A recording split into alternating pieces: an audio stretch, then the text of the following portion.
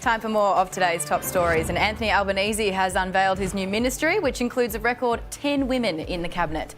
Tonight's announcement follows this morning's Labor caucus meeting, where he was welcomed back to Canberra with a standing ovation. The PM promising that his government will do politics in a less divisive way.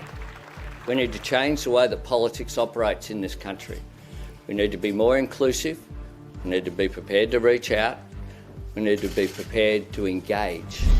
Well, Gareth Parker is 6PR Radio's breakfast host in WA, and he's here to give us some analysis. Gareth, do you buy all of this kind of politics talk?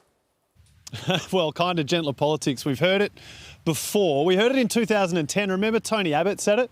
He was going to engage in a kind of gentler politics when he was negotiating with the independents, and then he spent the next several years trying to tear down Julia Gillard, so it didn't happen then. Anthony Albanese called Peter Dutton a buffhead on the floor of Parliament just 5 months ago. So we've got Mark McGowan, the Premier in this state, saying that Peter Dutton's an extremist and not that smart. So I think the jury is perhaps out for now.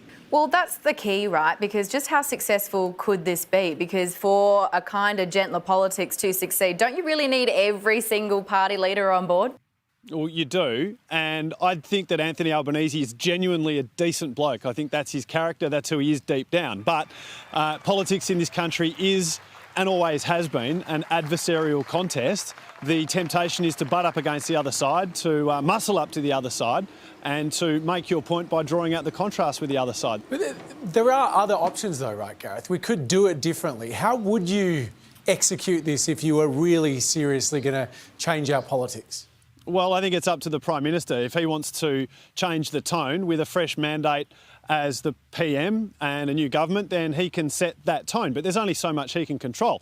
It probably wasn't helped when one of his senior frontbench team, Tanya Plibersek, made a personal crack at the incoming opposition leader's appearance within 24 hours. So again, you need everyone following along the same way, and it starts from the top down. Of course, the Prime Minister's got no control over what Peter Dutton does, and I think Peter Dutton's form is that he doesn't mind mixing it up.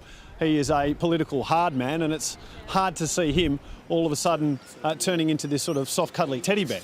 Gareth, there was quite a front page in WA welcoming Peter Dutton in as opposition leader. I am more of a pictures guy more than the words guy. What did it say?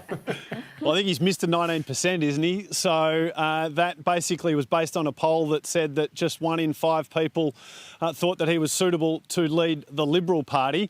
I guess no one looks suitable to lead a party in opposition until they've actually done it for a while. John Howard was famously Mr. 13%, according to the Bulletin at one point, but not exactly the warm welcome Peter Dutton would be expecting in the West.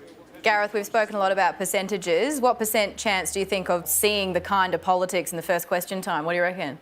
The first question time, I'll put it no better than 50%. How's that? Which is not exactly a bold answer, but I don't know. I just think there's so much entrenched adversarial stuff. I was going to say nastiness. It doesn't have to be nasty, does it? But it's so entrenched that it's adversarial, and the only way that the opposition leader gets on the news that night is to create drama.